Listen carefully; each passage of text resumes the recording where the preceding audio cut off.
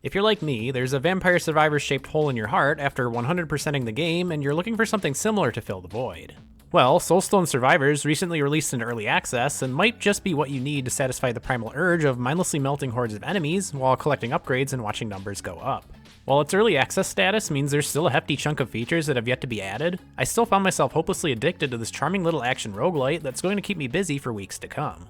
Soulstone Survivors currently has 14 characters to choose from, each with access to unique skills and stat modifiers, like a beefy paladin who can take a hit but moves a little slower, or a fiery pyromancer who definitely cannot take a hit but can dish out more damage in a wider area. Much like Vampire Survivors, the majority of the characters need to be unlocked through simply playing the game or completing certain modes. The thing I liked is that none of the characters, or at least the ones I've unlocked so far, feel underpowered compared to others, so you won't be shooting yourself in the foot if you really want to stick with a certain character. You'll even be able to give characters access to abilities they wouldn't normally have access to through the rune system, which we'll talk a little bit more about later. Once you've selected your favorite hooded guy, you'll choose from 5 different stages. They're all pretty much the same square rectangle style levels, just with a different background aesthetic, but certain levels will drop certain resources that are used for crafting new weapons at the blacksmith. Of course, because this is an early access title, only about half of the available characters right now have additional weapons that you can craft, so there's definitely still some work that needs to be done to fully flesh out this part of the game. Anyway, once you pick your level, you'll immediately be dropped into the action. No story, no intro, you just get thrown right into the fray with a weapon and a dream of covering the entire screen with pure chaos. Every time you level up, you'll choose from a random selection of 3 new abilities, and you can only hold up to a maximum of 6. These abilities do fire off on their own, but it's up to you to aim them. So a very familiar system for those of you that have played Vampire Survivors. You'll choose from passive upgrades as well that can enhance your active abilities, whether that be more damage, faster cooldowns, or an increased area of effect. The absolutely wild thing I found from my experience is that it appeared that these passive upgrades didn't have a cap on how many times you could upgrade an ability. That means, RNG willing, you can upgrade the area of effect of your abilities to literally cover the entire screen. Yeah, I wasn't joking earlier when I said you could cover the entire screen with pure chaos. This does have its positives and negatives though. It feels so satisfying to reach that point of power where you're able to melt enemies before they even get anywhere near you, but the obvious downside is that you can barely see anything under all the madness. And being able to see where your character is in the game is crucial since enemies' attacks are marked by a red indicator on the ground. So if you can't even see the indicator, it's kind of difficult to dodge. Usually I just resorted to spam dashing to dodge incoming attacks, but I definitely lost a few runs to some cheap shots that I couldn't even see coming.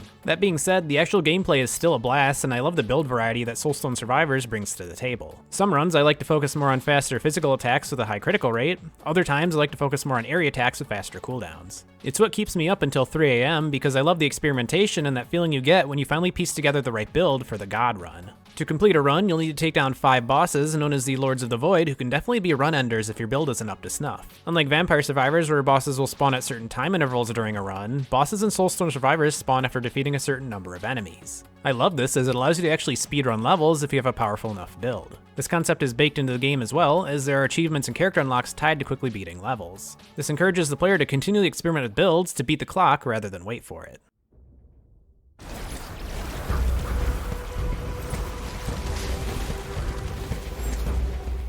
The game does actually start out deceptively easy as you clear each of the 5 levels for the first time, but the difficulty will start to creep in once you unlock curses and the effects they have when you start a new run. These curses can include giving enemies more health, forcing you to fight multiple bosses at once, and spawning these incredibly annoying explosive goblins that eat you across the map when you get hit. Naturally, these added challenges come with additional rewards like more soulstones, which are used to buy skills in the skill tree and buy weapons from the blacksmith. Beyond that, after finishing a level, you're given the option to either end the run or continue it by immediately moving on to another level with even tougher enemies. I found that this serves as a nice incremental challenge as your build will really start to get tested as you move on to the next round. On several occasions, I found myself feeling incredibly powerful after finishing the first round, or cycle as the game calls it, only to be swatted like a fly by the first boss in the second cycle. This challenge is what kept me doing run after run until I was finally able to piece together a build strong enough to move on to the next cycle. Not to mention, there are character unlocks tied to beating certain cycles as well. As for progression, Soulstone Survivors gives you a skill tree and a handy rune system in addition to the previously mentioned blacksmith. The skill tree is where you'll spend your soulstones to unlock different perks like increased XP gain, reduced damage taken, or increased critical strike chance. More importantly, this is where you spend your soulstones to unlock runic power, which ties into the game's rune system. In the current version of the game, there are 58 total runes that you can slot into each character to customize how they play or what abilities you'll encounter as they level up.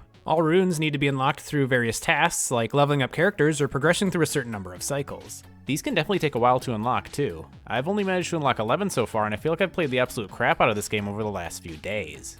The rune system as a whole is fantastic though. I think it adds a nice layer of depth and customization to a style of game that, at its heart, is very simple. They feel very impactful too, like the one that increases your dash speed by 50%. Not only is this incredibly useful for dodging enemy attacks, it also lets you zip around the map with ease, making it easier to find resources and health pickups. It was so useful to the point that I honestly couldn't imagine doing a run without it. Aside from the blacksmith, skill tree, and runes, there is a hefty list of achievements to unlock, with each one granting new abilities or runes to use during a run. If you're a completionist like me, then get ready to embrace the grind, because there are currently a total of 173 achievements to unlock, and many more to come as the game continues to get updated.